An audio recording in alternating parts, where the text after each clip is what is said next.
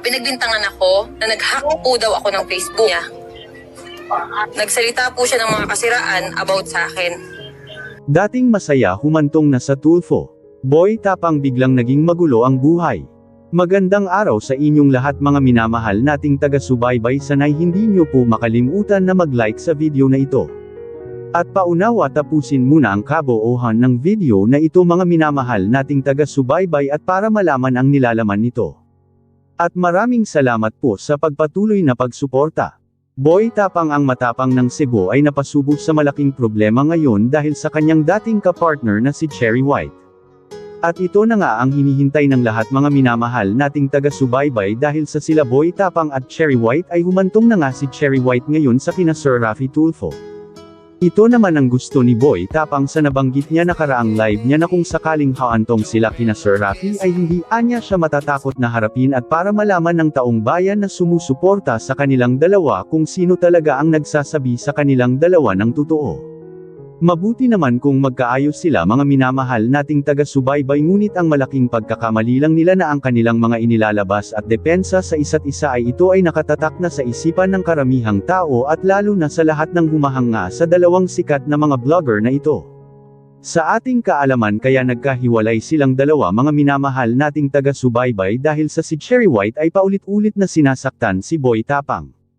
Dati ay tiniis niya lahat ng ginagawa ni Cherry White, ngunit dumating na sa punto na hindi na makakaya ni Boy Tapang ang ginagawa ni Cherry White sa kanya at kaya humantong silang dalawa sa hiwalayan.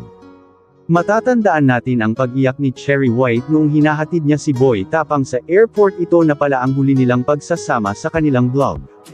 Ang akala ng karamihan ay simpleng hiwalayan lang ang ginagawa ng dalawang, ngunit hindi pala mga minamahal nating taga-subaybay dahil sa may mga tinatago palang mabigat na dahilan. At dumating sa punto na ang magkabilang side ay nagmamalinis na sa isa't isa. At hindi na rin nakatiis ang lalaki na si Boy Tapang dahil sa sabi niya na laking probinsya siya at hindi ito takot kahit sa humantong pa ito sa kanyang ikakasira sa buhay at kahit pa aabot sila anya kay Sir Raffy Tulfo. At kaya ngayon tinutuhanan na ni Cherry White mga minamahal nating taga-subaybay dahil sa hindi na rin nakatiis ang idolo ng karamihan sa daming pinaratang ni Boy Tapang laban sa kanya.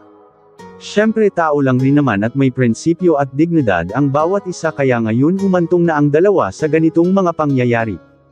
Kung ano man ang kalalabasan sa harapan nila ni Boy Tapang at Cherry White kina Sir Raffy Tulfo ay ito na ang magiging papaniwalaan ng lahat ng mga humahanga sa dalawang sikat na dating tambalan na ito.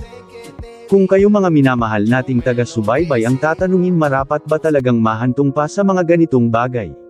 Kung hindi lang sana naglabas ng mga salita na mga hindi magaganda ang bawat isa sa kanila ay tiyak na hindi ito mapupunta sa ganitong sitwasyon. Ito lang po muna ang ating handog kwento ngayong araw mga mahal nating taga-subaybay. God bless you all.